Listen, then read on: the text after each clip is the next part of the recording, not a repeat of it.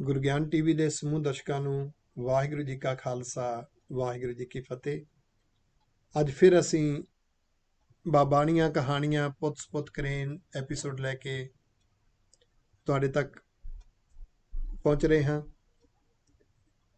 ਹਰ ਹਫਤੇ ਵੀਕਐਂਡ ਦੇ ਉੱਪਰ ਸਾਡੇ ਬੱਚੇ, ਸਾਡੇ ਪੇਰੈਂਟਸ, ਸਾਡੇ ਦਰਸ਼ਕ ਉਡੀਕਦੇ ਨੇ ਇੱਕ ਨਵੀਂ ਸਾਖੀ ਦੇ ਲਈ। ਪਿਛਲੇ 1 ਮਹੀਨੇ ਤੋਂ ਉੱਪਰ ਵੀਰ ਜੀ ਹਰਜੋਤ ਸਿੰਘ ਜੀ, ਜੋ ਕਿ ਪੰਜਾਬ ਤੋਂ ਹਰ ਹਫਤੇ ਸਾਖੀ ਰਾਹੀਂ ਤੁਹਾਡੇ ਰੂਬਰੂ ਹੁੰਦੇ ਨੇ, ਅੱਜ ਫਿਰ ਉਹ ਨਵੀਂ ਸਾਖੀ ਨਾਲ ਰਾਹੀਂ ਤੁਹਾਡੇ ਨਾਲ ਸਾਂਝ ਪਾਉਣਗੇ। ਪੰਜਾਬ ਤੋਂ ਇੰਜੀਨੀਅਰ ਹਰਜੋਤ ਸਿੰਘ ਜੀ, ਆਓ ਉਹਨਾਂ ਨੂੰ ਜਿਉ ਆਇਆ ਕਹੀਏ। ਵੀਰ ਜੀਓ, ਵਾਹਿਗੁਰੂ ਜੀ ਕਾ ਖਾਲਸਾ ਵਾਹਿਗੁਰੂ ਜੀ ਕੀ ਫਤਿਹ ਜੀ। ਵਾਹਿਗੁਰੂ ਜੀ ਕਾ ਖਾਲਸਾ ਵਾਹਿਗੁਰੂ ਜੀ ਕੀ ਫਤਿਹ ਜੀ। ਵੀਰ ਜੀ ਤੁਹਾਡਾ ਬਹੁਤ ਬਹੁਤ ਧੰਨਵਾਦ, ਸ਼ੁਕਰ ਵਾਹਿਗੁਰੂ ਸੱਚੇ ਪਾਤਸ਼ਾਹ ਦਾ। ਸਾਡੇ ਦਰਸ਼ਕ, ਪੇਰੈਂਟਸ ਅਤੇ ਬੱਚੇ ਤੁਹਾਡੀਆਂ ਸਾਖੀਆਂ ਨੂੰ ਬਹੁਤ ਪਸੰਦ ਕਰ ਰਹੇ ਨੇ, ਕਿਉਂਕਿ ਤੁਹਾਡਾ ਸਾਖੀ ਸੁਣਾਉਣ ਦਾ ਜੋ ਅੰਦਾਜ਼ ਹੈ, ਜੋ ਪੇਰੈਂਟਸ ਦੀ ਫੀਡਬੈਕ ਆਈ ਹੈ, ਸਾਡੇ ਦਰਸ਼ਕਾਂ ਦੀ ਜੋ ਫੀਡਬੈਕ ਆਈ ਹੈ, ਕਿ ਇੱਕ ਤੇ ਉਹਦੀ ਪ੍ਰੋਪਰ ਜੋ ਪਹੁੰਚ ਹੈ, ਅਪਰੋਚੇਬਲ ਨੇ। ਦੂਸਰੀ ਜਿਹੜੀ ਤੁਸੀਂ ਲਾਸਟ ਦੇ ਉੱਪਰ ਉਹਦੇ ਵਿੱਚੋਂ ਸਿੱਖਿਆ ਦਾ ਨਿਚੋੜ ਕੱਢਦੇ ਹੋ, ਉਹ ਤੇ ਇੱਕ ਸੋਨੇ ਤੇ ਸੁਹਾਗਾ ਬਣ ਜਾਂਦੀ ਹੈ। ਅੱਜ ਸਮੇਂ ਦੀ ਬੜੀ ਜ਼ਰੂਰਤ ਹੈ। ਸਾਡੇ ਵਿਦੇਸ਼ਾਂ ਵਿੱਚ ਬੈਠੇ ਹੋਏ ਮਾਪੇ ਖੁਦ ਇਸ ਗੱਲ ਨੂੰ ਮਹਿਸੂਸ ਕਰਦੇ ਨੇ, ਕਿਉਂਕਿ ਇੱਥੋਂ ਦਾ ਜਿਹੜਾ ਸਿਸਟਮ ਹੈ, ਉਹ ਸਿਸਟਮ ਹੀ ਕਿਸ ਤਰ੍ਹਾਂ ਦਾ ਹੈ ਕਿ ਹਰ ਪੇਰੈਂਟਸ ਕਰਜ਼ਿਆਂ ਦੇ ਬਹੁਤ ਤਕੜੀ ਪੰਡ ਦੇ ਥੱਲੇ ਉਹ ਜੀਵਨ ਜਿਉ ਰਿਹਾ ਹੁੰਦਾ ਹੈ। ਤੇ ਇੱਥੇ ਕਿਉਂਕਿ ਆਪਾਂ ਪੰਜਾਬ ਵਿੱਚ ਥੋੜਾ ਸਿਸਟਮ ਹੋ ਰਿਹਾ, ਉੱਥੇ ਇੱਕ ਜਣਾ ਕਮਾਉਂਦਾ ਸਾਰਾ ਟੱਬਰ ਖਾਂਦਾ ਹੈ। ਇੱਥੇ ਇਦਾਂ ਨਹੀਂ ਚੱਲਦਾ। ਇੱਥੇ ਸਾਰਿਆਂ ਨੂੰ ਕਮਾਉਣਾ ਪੈਂਦਾ ਹੈ। ਬੱਚਿਆਂ ਦੇ ਮੰਮੀ ਵੀ ਕੰਮ ਤੇ ਜਾਂਦੇ ਨੇ, ਉਹਦੇ ਪਾਪਾ ਵੀ ਕੰਮ ਤੇ ਜਾਂਦੇ ਨੇ। ਈਵਨ ਦੋ ਕਿ ਜਦੋਂ ਬੱਚਾ 10ਵੀਂ 11ਵੀਂ ਚ ਪਹੁੰਚਦਾ, 9ਵੀਂ ਦੇ ਵਿੱਚ ਹੀ ਉਸ ਨੂੰ ਜਿਹੜਾ ਹੈ ਉਹ ਜੌਬ ਮਿਲ ਜਾਂਦੀ ਹੈ, ਉਹ ਵੀ ਕੰਮ ਤੇ ਜਾਂਦਾ ਹੈ। ਤੇ ਕਿਸੇ ਦੇ ਕੋਲ ਤਕਰੀਬਨ ਇਹ 2-3 ਸਮੱਸਿਆਵਾਂ ਸਾਰੇ ਮਾਪੇ ਜਿਹੜੇ ਨੇ ਮਹਿਸੂਸ ਕਰ ਰਹੇ ਨੇ। ਪਹਿਲੀ ਸਮੱਸਿਆ ਕਿ ਉਹਨਾਂ ਦੇ ਕੋਲ ਟਾਈਮ ਨਹੀਂ ਹੈ। ਦੂਸਰੀ ਸਮੱਸਿਆ, ਜੋ ਟਾਈਮ ਵੀ ਕੱਢਦੇ ਨੇ ਤਾਂ ਉਹਨਾਂ ਦੇ ਕੋਲ ਦੱਸਣ ਵਾਸਤੇ ਬਹੁਤਾ ਖਜ਼ਾਨਾ ਨਹੀਂ ਹੈ।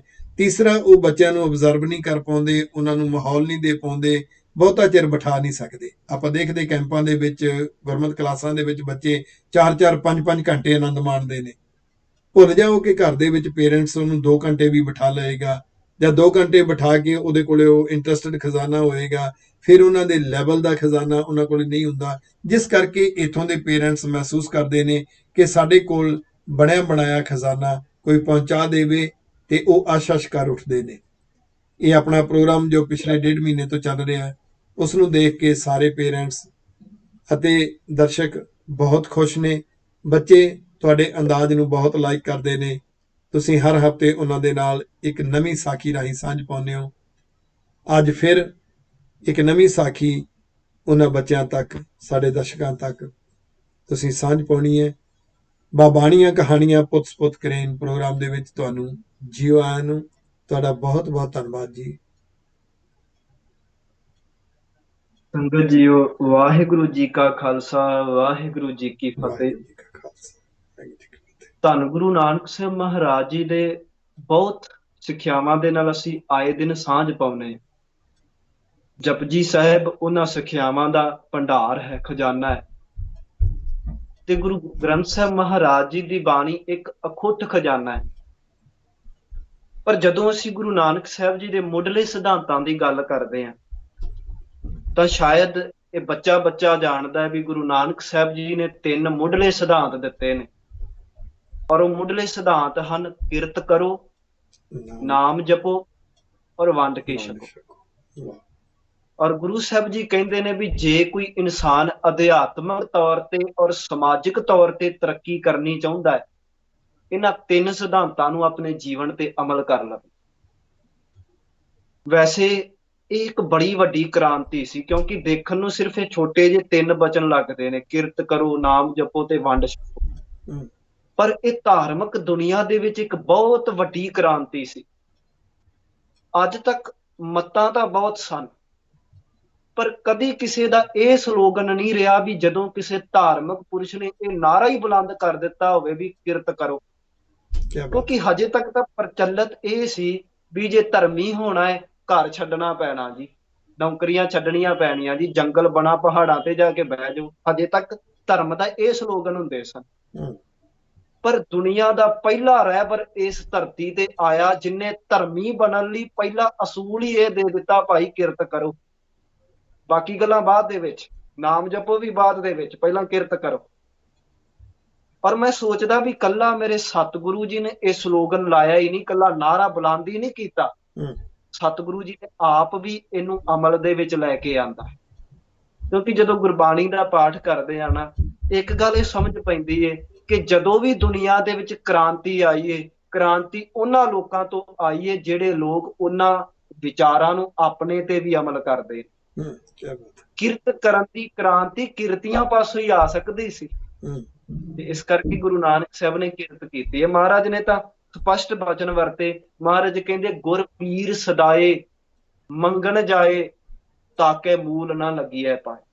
ਅੱਜ ਤਰਾਸਦੀ ਹੁੰਦੀ ਏ ਕਈ ਵਾਰੀ ਜਦੋਂ ਅਸੀਂ, ਹੋ ਸਕਦਾ ਹੈ ਕੁਝ ਤੁਸੀਂ ਹੁਣੇ ਜ਼ਿਕਰ ਕੀਤਾ ਕਿ ਬਾਹਰਲੇ ਜਿੰਨੇ ਵੀ ਓਵਰਸੀਜ਼ ਜਿੰਨੇ ਵੀ ਦੇਸ਼ ਹੈਗੇ ਨੇ, ਕੈਨੇਡਾ ਅਮਰੀਕਾ ਵਰਗੇ, ਇੱਥੇ ਮਾਤਾ ਵੀ ਕੰਮ ਕਰਦੇ ਨੇ, ਪਿਤਾ ਜੀ ਵੀ ਕੰਮ ਕਰਦੇ ਨੇ, ਹਰ ਕੋਈ ਜੀ ਪਰਿਵਾਰ ਦੇ ਵਿੱਚ ਕੰਮ ਕਰਦਾ ਹੈ।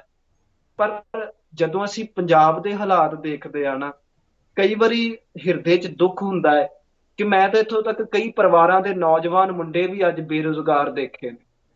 ਔਰ ਇੰਨੇ ਡੇਰੇਵਾਦ ਵੀ ਜਿੱਥੋਂ ਇਹੀ ਗੱਲ ਸਿਰਫ ਪੱਲੇ ਪੈਂਦੀ ਹੈ ਵੀ ਭਾਈ ਵਿਹਲੇ ਬੈਠੋ, ਵਿਹਲੇ ਬਹਿ ਕੇ ਸਟੇਜਾਂ ਤੇ ਬੈਠ ਕੇ ਲੋਕਾਂ ਨੂੰ ਚੰਗੀਆਂ ਗੱਲਾਂ ਸਿਖਾਉਣੀਆਂ, ਔਰ ਕਿਰਤ ਨਾਮ ਦੀ ਚੀਜ਼ ਹੀ ਜ਼ਿੰਦਗੀ ਚੋਂ ਨਿਕਲਦੀ ਜਾ ਰਹੀ। ਔਰ ਉਹ ਧਰਤੀ ਜਿੱਥੇ ਗੁਰੂ ਨਾਨਕ ਸਾਹਿਬ ਨੇ ਪੈਰ ਪਾਏ ਹੋਣ, ਪਰ ਸਤਿਗੁਰੂ ਜੀ ਨੇ ਸਪਸ਼ਟ ਕਹਿ ਦਿੱਤਾ ਉਹਨਾਂ ਲੋਕਾਂ ਨੂੰ, ਗੁਰ ਪੀਰ ਸਦਾਏ ਮੰਗਣ ਜਾਏ ਤਾਕੇ ਮੂਲ ਨਾ ਲੱਗੀਐ ਪਾਏ। ਅੱਜ ਅਸੀਂ ਬੜੇ ਡੇਰੇਦਾਰਾਂ ਕੋਲ ਜਾ ਕੇ ਮੱਥੇ ਟੇਕਦੇ ਹੋਵਾਂਗੇ, ਪਰ ਗੁਰੂ ਨਾਨਕ ਸਾਹਿਬ ਨੇ ਸਪਸ਼ਟ ਕਿਹਾ ਕਿ ਭਾਈ ਕੋਈ ਗੁਰੂ ਪੀਰ ਸਦਾਉਂਦਾ ਹੋਵੇ ਪਰ ਕਿਸੇ ਤੋਂ ਮੰਗ ਕੇ ਖਾਂਦਾ ਹੈ, ਕਿਰਤ ਕਰਕੇ ਨਹੀਂ ਖਾਂਦਾ, ਉਹਦੇ ਨੇੜੇ ਵੀ ਨਾ ਲੱਗੇ, ਤਾਕੇ ਮੂਲ ਨਾ ਲੱਗਿਆ ਪਾਏ। ਤੇ ਮਹਾਰਾਜ ਕਹਿੰਦੇ ਘਾਲ ਖਾਏ ਕਿਛ ਹੱਥੋਂ ਦੇ, ਨਾਨਕ ਰਾਹ ਪਛਾਣੇ ਸੇ।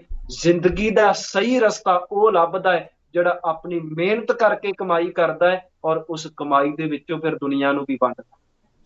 ਇਹ ਜ਼ਿੰਦਗੀ ਦਾ ਸਹੀ ਅਸੂਲ ਹੈ।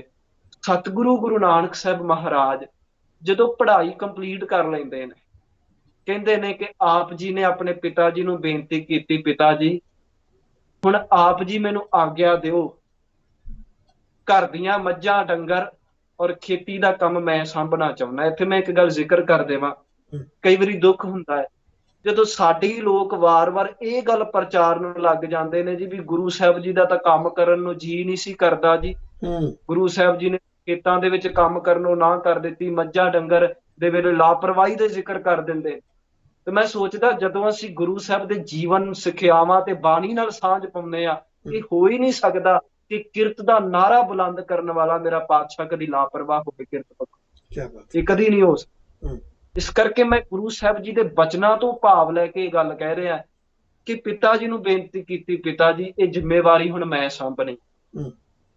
ਲਾਜ਼ਮੀ ਜੀ ਗੱਲ ਹੈ, ਪਿਤਾ ਨੇ ਤਾਂ ਖੁਸ਼ ਹੋਣਾ। ਪਿਤਾ ਖੁਸ਼ ਹੋ ਕੇ ਕਹਿਣ ਲੱਗਾ, ਪੁੱਤਰ ਜੀ ਸਦਕੇ ਗੁਰੂ ਨਾਨਕ ਸਾਹਿਬ ਹੁਣ ਆਪ ਘਰ ਦੀਆਂ ਮੱਝਾਂ ਗਾਵਾਂ ਚਾਰਨ ਵਾਸਤੇ ਲੈ ਕੇ ਜਾਂਦੇ ਨੇ, ਨਾਲ ਖੇਤਾਂ ਦੀ ਵੀ ਸੰਭਾਲ ਕਰਦੇ ਨੇ, ਖੇਤ ਹਰੇ ਕਰਨ ਦੀ ਸਾਖੀ ਆਉਂਦੀ ਹੈ। ਚਲੋ ਠੀਕ ਹੈ, ਅਸੀਂ ਗੁਰੂ ਸਾਹਿਬ ਦੀ ਸਮਰੱਥਾ ਤੇ ਸ਼ੱਕ ਨਹੀਂ ਕਰਦੇ, ਮੇਰਾ ਸਤਿਗੁਰੂ ਸਮਰੱਥ ਹੈ, ਸਭ ਕੁਝ ਕਰ ਸਕਦਾ ਹੈ। ਪਰ ਜਿਹੜੀ ਗੱਲ ਮੈਨੂੰ ਸਮਝ ਪੈਂਦੀ ਹੈ ਔਰ ਜਿਹੜੀ ਚੀਜ਼ ਸਭ ਤੋਂ ਵੱਡੀ ਮੋਟੀਵੇਸ਼ਨ ਬਣ ਸਕਦੀ ਹੈ, ਉਹ ਇਹ ਕਿ ਸਤਿਗੁਰੂ ਜੀ ਨੇ ਮਿਹਨਤ ਇੰਨੀ ਕੀਤੀ ਕਿ ਮਿਹਨਤ ਦੀ ਘਾਟ ਕਰਕੇ ਜਿਹੜੇ ਖੇਤ ਸੁੱਕ ਰਹੇ ਸੀ ਉਹ ਵੀ ਹਰੇ ਹੋ ਗਏ। ਕੀ ਬਾਤ ਹੈ। ਸਾਡੀ ਪ੍ਰਾਤਨ ਸਰੋਤਾਂ ਦੇ ਵਿੱਚ ਜ਼ਿਕਰ ਕੀਤਾ ਵੀ ਇਹ ਮੱਝਾਂ ਗਾਵਾਂ ਤੰਦਰੁਸਤ ਹੋ ਗਈਆਂ ਕਿਉਂਕਿ ਮਿਹਨਤ ਮੇਰੇ ਸਤਿਗੁਰੂ ਜੀ ਨੇ ਇੰਨੀ ਕੀਤੀ, ਇੰਨੀ ਸ਼ਿੱਦਤ ਦੇ ਨਾਲ ਕਿਰਤ ਕੀਤੀ। ਕਹਿੰਦੇ ਨੇ ਇੱਕ ਭਾਵ ਦੇ ਵੱਲੋਂ ਮੈਂ ਇਹ ਸਾਖੀ ਤੁਹਾਡੇ ਸਾਹਮਣੇ ਰੱਖ ਰਿਹਾ।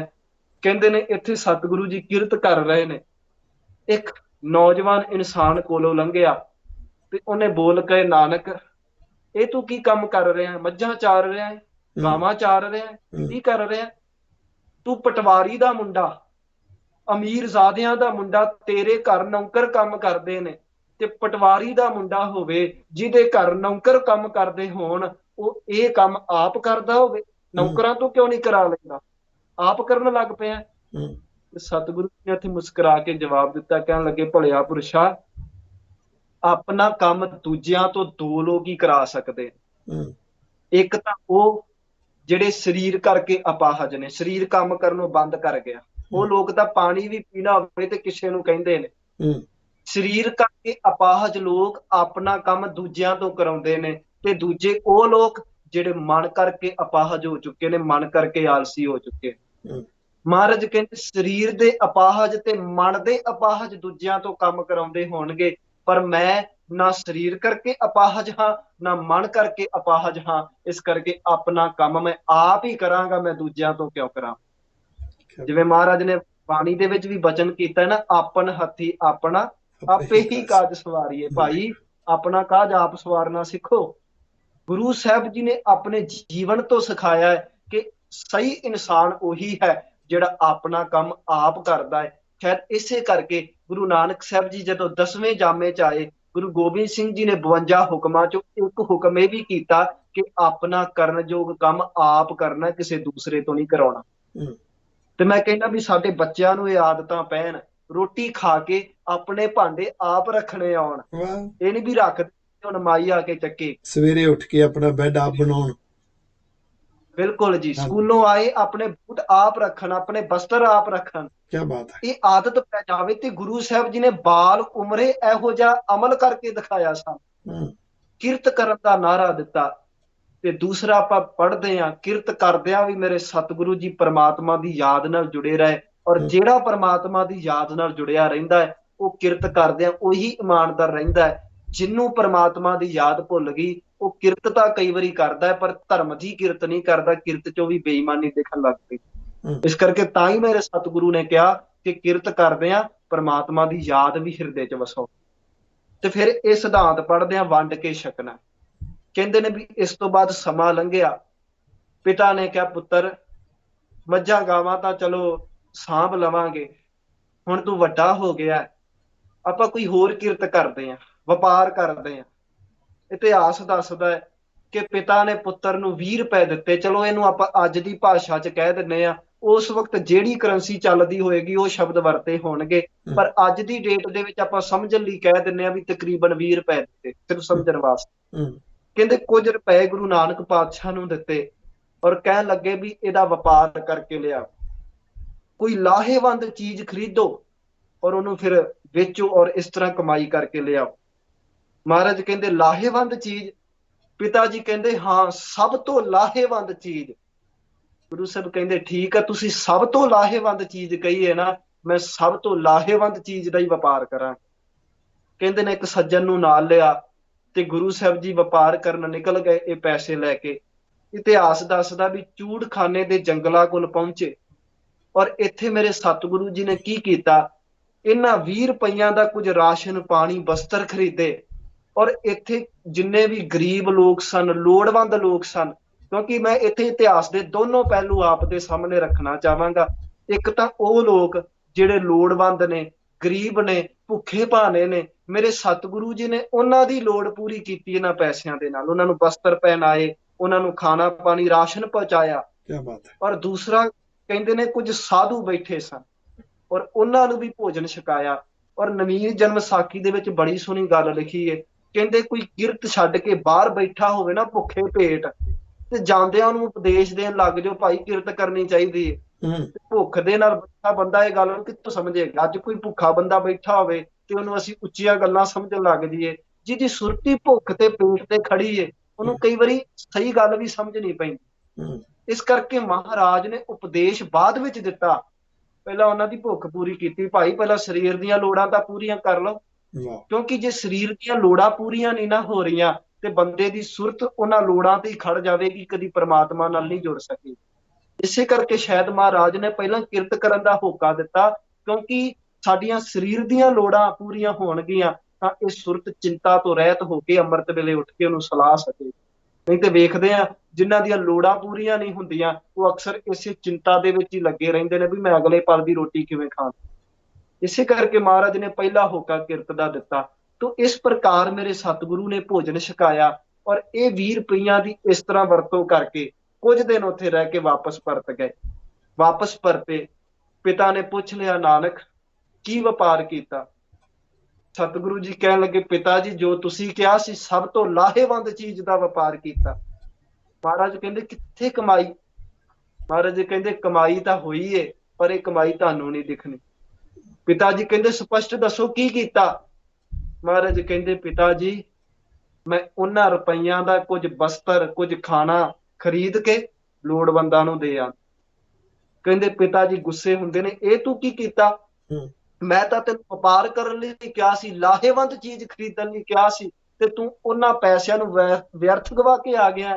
ਸਤਿਗੁਰੂ ਕਹਿਣ ਲੱਗੇ ਪਿਤਾ ਜੀ, ਮੈਂ ਪੈਸੇ ਵਿਅਰਥ ਨਹੀਂ ਗਵਾਏ, ਮੈਂ ਤੁਹਾਡੀ ਕਈ ਗੱਲ ਦਾ ਹੀ ਅਮਲ ਕੀਤਾ ਹੈ। ਤੁਸੀਂ ਕਿਹਾ ਸੀ ਨਾ ਸਭ ਤੋਂ ਲਾਹੇਵੰਦ ਚੀਜ਼ ਦਾ ਵਪਾਰ ਕਰੋ।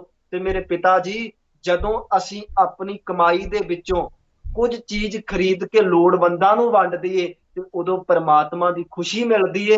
ਤੇ ਮੇਰੇ ਲਈ ਦੁਨੀਆ ਦੀ ਸਭ ਤੋਂ ਲਾਹੇਵੰਦ ਚੀਜ਼ ਪਰਮਾਤਮਾ ਦੀ ਖੁਸ਼ੀ। ਕੀ ਬਾਤ ਹੈ, ਤੇ ਵਾਹ ਮੈਂ ਸਭ ਤੋਂ ਲਾਹੇਵੰਦ ਚੀਜ਼ ਦਾ ਹੀ ਵਪਾਰ ਕੀਤਾ। ਵਾਹ। ਗੁਰਬਾਣੀ ਦੇ ਵਿੱਚ ਮਹਾਰਾਜ ਦੇ ਬਚਨ ਮਿਲਦੇ ਨੇ ਨਾ, ਨੀਚਾ ਅੰਦਰ ਨੀਚ ਜਾਤ, ਨੀਚੀ ਹੂ ਅਤ ਨੀਚ, ਨਾਨਕ ਤਿਨ ਕੈ ਸੰਗ ਸਾਥ, ਵੱਡਿਆਂ ਸਿਉ ਕਿਆ ਰੀਸ, ਜਿੱਥੈ ਨੀਚ ਸੰਭਾਲੀਅਨ ਤਿੱਥੈ ਨਦਰ ਤੇਰੀ ਬਖਸ਼ੀਸ। ਪਰਮਾਤਮਾ ਦੀ ਖੁਸ਼ੀ ਉਹਨਾਂ ਤੇ ਹੈ ਜਿਹੜੇ ਲੋਕ ਨੀਵਿਆਂ ਦੀ ਸਾਰ ਲੈਂਦੇ। ਤੇ ਪਿਤਾ ਜੀ, ਇਹ ਸਭ ਤੋਂ ਲਾਹੇਵੰਦ ਚੀਜ਼ ਹੈ ਕਿ ਮੈਂ ਵੰਡ ਕੇ ਛਕਿਆ। ਤੋ ਸਤਿਗੁਰੂ ਜੀ ਨੇ ਆਪਣੇ ਜੀਵਨ ਦੇ ਵਿੱਚੋਂ ਦੁਨੀਆ ਨੂੰ ਇਹ ਸਿਖਾ ਦਿੱਤਾ ਕਿ ਭਾਈ ਕਿਰਤ ਕਰਨੀ ਹੈ, ਪਰ ਕਿਰਤ ਦੇ ਨਾਲ ਵੰਡ ਕੇ ਛਕੋ, ਕਿਉਂਕਿ ਜਦੋਂ ਆਪਣੀ ਕਿਰਤ ਦੇ ਵਿੱਚੋਂ ਵੰਡ ਕੇ ਛਕੋਗੇ ਪਰਮਾਤਮਾ ਦੀ ਖੁਸ਼ੀ ਮਿਲੇਗੀ। ਔਰ ਦੁਨੀਆ ਦੇ ਵਿੱਚ ਸਭ ਤੋਂ ਲਾਹੇਵੰਦ ਚੀਜ਼ ਪਰਮਾਤਮਾ ਦੀ ਖੁਸ਼ੀ ਪੈ। ਨਹੀਂ ਤੇ ਮਹਾਰਾਜ ਕਹਿੰਦੇ ਤੁਸੀਂ ਜੋ ਮਰਜ਼ੀ ਕਰ ਲਵੋ, ਜੇ ਜੁਗ ਚਾਰੇ ਆਰਜਾ, ਹੋਰ ਦਸੂਣੀ ਹੋਏ, ਨਵਾਂ ਖੰਡਾ ਵਿੱਚ ਜਾਣੀਐ, ਨਾਲ ਚੱਲੈ ਸਭ ਕੋਏ, ਚੰਗਾ ਨਾਮ ਰਖਾਏ ਕੈ, ਜਸ ਕੀਰਤ ਜਗ ਲੇ, ਜੇ ਤਿਸ ਨਦਰ ਨਾ ਆਵਈ, ਤਾਂ ਬਾਤ ਨਾ ਪੁੱਛੈ ਕਿ। ਜੇ ਪਰਮਾਤਮਾ ਦੀ ਨਜ਼ਰ ਚ ਨਹੀਂ ਆਏ, ਪਰਮਾਤਮਾ ਦੀ ਖੁਸ਼ੀ ਨਹੀਂ ਮਿਲੀ, ਸਭ ਤੋਂ ਲਾਹੇਵੰਦ ਚੀਜ਼ ਨਹੀਂ ਮਿਲੀ, ਤੇ ਇੰਨੇ ਪਦਾਰਥ ਲੈ ਕੇ, ਇੰਨੀ ਉਮਰ ਲੈ ਕੇ, ਇੰਨੀ ਸੋਭਾ ਲੈ ਕੇ ਵੀ ਪਰਮਾਤਮਾ ਦੇ ਘਰ ਕਿਸੇ ਨੇ ਬਾਤ ਵੀ ਨਹੀਂ ਪੁੱਛੀ ਤੁਹਾਡੀ। ਤੋ ਇਸ ਕਰਕੇ ਮੇਰੇ ਸਤਿਗੁਰੂ ਜੀ ਨੇ ਕਿਰਤ ਕਰੋ, ਨਾਮ ਜਪੋ ਔਰ ਵੰਡ ਕੇ ਛਕੋ ਦਾ ਇਹ ਸਿਧਾਂਤ ਦਿੱਤਾ ਹੈ। ਸਤਿਗੁਰੂ ਜੀ ਰਹਿਮਤ ਕਰਨ। ਚਲੋ ਅਬਰੋਡ ਦੇ ਵਿੱਚ ਇਹ ਸਾਰੇ ਕਿਰਤ ਕਰਦੇ ਨੇ, ਨਾਲ ਸਾਨੂੰ ਨਾਮ ਵਿੱਚ ਵੀ ਜੁੜਨਾ ਆਵੇ, ਵੰਡ ਕੇ ਵੀ ਛਕਣਾ ਆਵੇ। ਉੱਥੇ ਮੇਰੀ ਇਹ ਵੀ ਅਰਦਾਸ ਹੈ ਕਿ ਪੰਜਾਬ ਦੇ ਵਿੱਚ ਰਹਿਣ ਵਾਲੇ ਹਰ ਨੌਜਵਾਨ ਕੋਈ ਕੰਮ ਕਰਨ ਤੋਂ ਸੰਗਨ ਨਾ। ਮੈਂ ਦੇਖਦਾ ਇੱਥੇ ਬਾਹਰੋਂ ਲੋਕ ਆ ਕੇ, ਦੂਸਰੀਆਂ ਸਟੇਟਸ ਤੋਂ ਆ ਕੇ ਇੱਥੇ ਉਹ ਕੰਮ ਕਰਦੇ ਨੇ ਜਿਹੜੇ ਕੰਮ ਕਰਨ ਤੋਂ ਸਾਡੀ ਨੌਜਵਾਨ ਪੀੜ੍ਹੀ ਨੇ ਇਨਕਾਰ ਕਰ ਦਿੱਤਾ। ਤੇ ਨਤੀਜਾ ਇਹ ਹੋਇਆ, ਜਦੋਂ ਬਾਹਰਲੀਆਂ ਸਟੇਟਸ ਤੋਂ ਆ ਕੇ ਲੋਕ ਇੱਥੇ ਰੇਹੜੀਆਂ ਲਾਉਂਦੇ ਨੇ ਤੇ ਪਾਨ ਖਾ ਖਾ ਕੇ, ਥੁੱਕ ਕੇ ਪੰਜਾਬ ਦੀਆਂ ਸੜਕਾਂ ਗੰਦੀਆਂ ਕਰ ਦਿੱਤੀਆਂ। ਕਸੂਰ ਮੈਂ ਉਹਨਾਂ ਦਾ ਨਹੀਂ ਗਿਣਦਾ, ਕਸੂਰ ਆਪਣੀ ਨੌਜਵਾਨ ਪੀੜ੍ਹੀ ਦਾ ਗਿਣਦਾ ਹੈ। ਕਿਤੇ ਇਹ ਕਿਰਤ ਅਸੀਂ ਵੀ ਸਾਂਭ ਲਈ ਹੁੰਦੀ ਤੇ ਸਾਡੇ ਪੰਜਾਬ ਦਾ ਇਹ ਹਾਲ ਨਹੀਂ ਸੀ ਹੋਣਾ। ਸਤਿਗੁਰੂ ਜੀ ਰਹਿਮਤ ਕਰਨ, ਗੁਰੂ ਨਾਨਕ ਸਾਹਿਬ ਦੀਆਂ ਸਿੱਖਿਆਵਾਂ ਤੇ ਸਾਨੂੰ ਅਮਲ ਕਰਨਾ ਆ ਜਾਵੇ। ਬਹੁਤ ਅੱਛੇ ਜੀ, ਬਹੁਤ ਅੱਛੇ। ਅਸੀਂ ਕਹਿੰਦੇ ਹਾਂ ਕਿ ਗੁਰੂ ਦਾ ਵਿਰਸਾ, ਗੁਰੂ ਸਾਹਿਬ ਦੀਆਂ ਸਾਖੀਆਂ, ਗੁਰਬਾਣੀ ਰੂਹਾਨੀ ਖੁਰਾਕ ਹੈ। ਮੈਨੂੰ ਇਦਾਂ ਲੱਗਦਾ ਹੈ ਕਿ ਰੂਹਾਨੀ ਖੁਰਾਕ ਇਸ ਲਈ ਹੈ ਕਿ ਸੁਣਦਿਆਂ ਮਨ ਦੇ ਅੰਦਰ ਇੱਕ ਨਵੀਂ ਰੂਹ ਪੈਦਾ ਹੁੰਦੀ ਹੈ, ਇੱਕ ਨਵੇਂ ਵਿਚਾਰਾਂ ਦੀਆਂ ਤਰੰਗਾਂ ਪੈਦਾ ਹੁੰਦੀਆਂ। ਸੁਣਦਿਆਂ ਜਦੋਂ ਮਨ ਵਿੱਚ ਵਸਣ ਲੱਗ ਜਾਵੇ, ਸੁਭਾਅ ਦੇ ਵਿੱਚ ਵੀ ਇੱਕ ਨਵੀਂ ਰੂਹ ਪੈਦਾ ਹੁੰਦੀ ਹੈ। ਉਸ ਸੁਭਾਅ ਦੇ ਵਿੱਚ ਇੱਕ ਚੇਤਨਾ, ਇੱਕ ਜਨੂਨ, ਇੱਕ ਲਗਨ, ਇੱਕ ਪਿਆਰ ਪੈਦਾ ਹੁੰਦਾ ਹੈ। ਇਹ ਸੁਣਦਿਆਂ ਗੁਰਬਾਣੀ ਨੂੰ ਵਿਚਾਰਦਿਆਂ ਅੰਦਰ ਹੀ ਇੱਕ ਨਵੀਂ ਰੂਹ ਦਾ ਜਨਮ ਹੁੰਦਾ ਹੈ। ਉਸ ਨੂੰ ਕਹਿੰਦੇ ਨੇ ਗੁਰਮੁਖ ਰੂਹ। ਵਾਹਿਗੁਰੂ ਸੱਚੇ ਪਾਤਸ਼ਾਹ ਕਿਰਪਾ ਕਰਨ, ਹਰ ਮਨੁੱਖ ਨੂੰ ਸਿੱਖ ਬਣਾਉਣ, ਹਰ ਸਿੱਖ ਨੂੰ ਗੁਰਸਿੱਖ ਬਣਾਉਣ, ਤੇ ਹਰ ਗੁਰਸਿੱਖ ਦੇ ਅੰਦਰ ਇੱਕ ਗੁਰਮੁਖ ਰੂਹ ਪੈਦਾ ਹੋਵੇ। ਜਦੋਂ ਤੁਹਾਡੇ ਬਚਨ ਸੁਣਦੇ ਹਾਂ, ਮਨ ਨੂੰ ਮਹਿਸੂਸ ਹੁੰਦਾ ਹੈ ਕਿ ਸ਼ੁਕਰ ਵਾਹਿਗੁਰੂ ਸੱਚੇ ਪਾਤਸ਼ਾਹ ਦਾ ਕਿ ਜੋ ਇਹ ਵਿਰਸਾ ਘਰ ਘਰ ਤੱਕ ਪਹੁੰਚਣਾ ਚਾਹੀਦਾ ਹੈ। ਮੇਰੇ ਗੁਰੂ ਪਾਤਸ਼ਾਹ ਨੇ ਆਪੇ ਹੀ ਪਹੁੰਚਾ ਲੈਣਾ ਹੈ। ਸ਼ੁਕਰ ਉਸਦਾ ਕਿ ਉਹਨੇ ਸਾਨੂੰ ਸਾਧਨ ਬਣਾ ਕੇ ਆਪਾਂ ਨੂੰ ਇਹ ਸੇਵਾ ਬਖਸ਼ੀ ਹੈ। ਤੁਹਾਡਾ ਬਹੁਤ ਬਹੁਤ ਧੰਨਵਾਦ। ਅਗਲੇ ਹਫ਼ਤੇ ਫਿਰ ਇੱਕ ਨਵੀਂ ਸਾਖੀ ਰਾਹੀਂ ਸਾਡੇ ਦਰਸ਼ਕਾਂ ਦੇ ਨਾਲ, ਬੱਚਿਆਂ ਦੇ ਨਾਲ, ਨੌਜਵਾਨਾਂ ਦੇ ਨਾਲ, ਮਾਪਿਆਂ ਦੇ ਨਾਲ ਫਿਰ ਸਾਂਝ ਪਾਵਾਂਗੇ। ਤੁਹਾਡਾ ਬਹੁਤ ਧੰਨਵਾਦ ਵੀਰ ਜੀਓ। ਵਾਹਿਗੁਰੂ ਜੀ ਕਾ ਖਾਲਸਾ, ਵਾਹਿਗੁਰੂ ਜੀ ਕੀ ਫਤਿਹ। ਵਾਹਿਗੁਰੂ ਜੀ ਕੀ ਫਤਿਹ। ਇਹ ਸਨ ਇੰਜੀਨੀਅਰ ਹਰਜੋਤ ਸਿੰਘ ਜੀ, ਜੋ ਕਿ ਪੰਜਾਬ ਤੋਂ ਹਰ ਹਫ਼ਤੇ ਸਾਡੇ ਨਾਲ ਆਨਲਾਈਨ ਬਾਣੀਆਂ ਕਹਾਣੀਆਂ ਪੁੱਤ ਸੁਪੁੱਤ ਕਰੇਨ ਪ੍ਰੋਗਰਾਮ ਦੇ ਵਿੱਚ ਸਾਂਝ ਪਾਉਂਦੇ ਨੇ। ਨਵੀਂ ਨਵੀਂ ਸਾਖੀ ਲੈ ਕੇ ਤੁਹਾਡੇ ਰੂਬਰੂ ਹੁੰਦੇ ਨੇ। ਗੁਰੂ ਕੀਆਂ ਸਾਖੀਆਂ ਸੁਣ ਕੇ ਮਨ ਪ੍ਰਫੁੱਲਤ ਹੁੰਦਾ ਏ। ਇੱਦਾਂ ਵਿਸ਼ਵਾਸ ਮਨ ਵਿੱਚ ਜਾਗ ਰਿਹਾ ਹੈ। ਇਹ ਗੱਲ ਦਾਅਵੇ ਨਾਲ ਕਹੀ ਜਾ ਸਕਦੀ ਹੈ, ਜੇ ਅਸੀਂ ਆਪਣੀ ਆਉਣ ਵਾਲੀ ਪੀੜ੍ਹੀ ਦੇ ਅੰਦਰ ਗੁਰਬਾਣੀ, ਗੁਰ ਇਤਿਹਾਸ, ਗੁਰੂ ਦੇ ਵਿਰਸੇ ਨੂੰ ਸਹੀ ਦਿਸ਼ਾ ਰਾਹੀਂ ਅਗਰ ਉਹਨਾਂ ਦੇ ਅੰਦਰ ਸਮੋ ਦਈਏ ਤੇ ਗੁਰੂ ਕੀ ਬਗੀਚੀ ਖਿੜੀ ਰਹੇਗੀ। ਇਹ ਸਾਡਾ ਨਿਮਾਣਾ ਜਿਹਾ ਇੱਕ ਯਤਨ ਹੈ। ਹੋਰ ਵੀ ਅਸੀਂ ਵੱਖ-ਵੱਖ ਪ੍ਰੋਗਰਾਮ ਲੈ ਕੇ ਤੁਹਾਡੇ ਰੂਬਰੂ ਹੁੰਦੇ ਹਾਂ। ਸਾਰੇ ਦਰਸ਼ਕਾਂ ਨੂੰ ਬੇਨਤੀ ਹੈ, ਗੁਰਗਿਆਨ ਟੀਵੀ ਚੈਨਲ YouTube ਤੇ ਜ਼ਰੂਰ ਸਬਸਕ੍ਰਾਈਬ ਕਰ ਦੇਣਾ ਤਾਂ ਕਿ ਹਰ ਵੀਡੀਓ ਦਾ ਨੋਟੀਫਿਕੇਸ਼ਨ ਤੁਹਾਨੂੰ ਪਹੁੰਚ ਜਾਵੇ। ਸਾਡੀ ਫ੍ਰੀ ਐਪ ਹੈ ਜੋ ਕਿ ਆਈਫੋਨ ਦੇ ਉੱਪਰ ਵੀ, ਐਪਲ ਡਿਵਾਈਸ ਦੇ ਉੱਪਰ ਵੀ ਔਰ ਜਿਹੜੀਆਂ ਸੈਮਸੰਗ ਗਲੈਕਸੀ ਡਿਵਾਈਸ ਨੇ, ਜਿਹਨੂੰ ਐਂਡਰੋਇਡ ਅਸੀਂ ਕਹਿੰਦੇ ਹਾਂ, ਐਂਡਰੋਇਡ ਡਿਵਾਈਸ ਦੇ ਉੱਪਰ ਵੀ ਫ੍ਰੀ ਐਪ ਹੈ ਗੁਰਗਿਆਨ। ਤੁਸੀਂ ਗੁਰਗਿਆਨ ਐਪ ਜ਼ਰੂਰ ਡਾਊਨਲੋਡ ਕਰ ਲੈਣੀ ਤਾਂ ਕਿ ਇਹ ਖਜ਼ਾਨਾ ਸਾਡੀ ਮੁੱਠੀ 'ਚ ਹੋਵੇ। ਅਸੀਂ ਜਦੋਂ ਮਰਜ਼ੀ ਇਸ ਦੇ ਦਰਸ਼ਨ ਕਰ ਸਕੀਏ, ਜਦੋਂ ਮਰਜ਼ੀ ਅਸੀਂ ਬੱਚਿਆਂ ਤੱਕ ਪਹੁੰਚਾ ਸਕੀਏ। ਬਸ ਇੱਕੋ ਇੱਕ ਨਿਸ਼ਾਨਾ ਹੈ, ਘਰ ਘਰ ਤੱਕ ਗੁਰਗਿਆਨ ਦਾ ਵਿਰਸਾ ਪਹੁੰਚੇ। ਜਿਹੜੇ ਦਰਸ਼ਕ ਪਸੰਦ ਕਰ ਰਹੇ ਨੇ, ਸਾਡੇ ਬੱਚੇ ਜਿਹੜੇ ਖੁਦ ਸੰਪਰਕ ਕਰਦੇ ਨੇ ਸਾਡੇ ਨਾਲ, ਮਾਪੇ ਆਪਣੀ ਫੀਡਬੈਕ ਰਾਹੀਂ ਸਾਨੂੰ ਅਸੀਸਾਂ ਦੇ ਰਹੇ ਨੇ, ਸਾਰਿਆਂ ਦਾ ਬਹੁਤ ਬਹੁਤ ਧੰਨਵਾਦ। ਸਾਰੇ ਪ੍ਰੋਗਰਾਮ ਸਾਡੇ ਦੇਖਦੇ ਰਹੋ, ਆਪਣੇ ਵਿਚਾਰ ਸਾਡੇ ਤੱਕ ਪਹੁੰਚਾਉਂਦੇ ਰਹੋ। ਅਗਲੇ ਹਫਤੇ ਫਿਰ ਇੱਕ ਨਵੀਂ ਸਾਖੀ ਰਾਹੀਂ ਤੁਹਾਡੇ ਨਾਲ ਸਾਂਝ ਪਾਈ ਜਾਏਗੀ। ਤਦ ਤੱਕ ਲਈ ਵਾਹਿਗੁਰੂ ਜੀ ਕਾ ਖਾਲਸਾ, ਵਾਹਿਗੁਰੂ ਜੀ ਕੀ ਫਤਿਹ।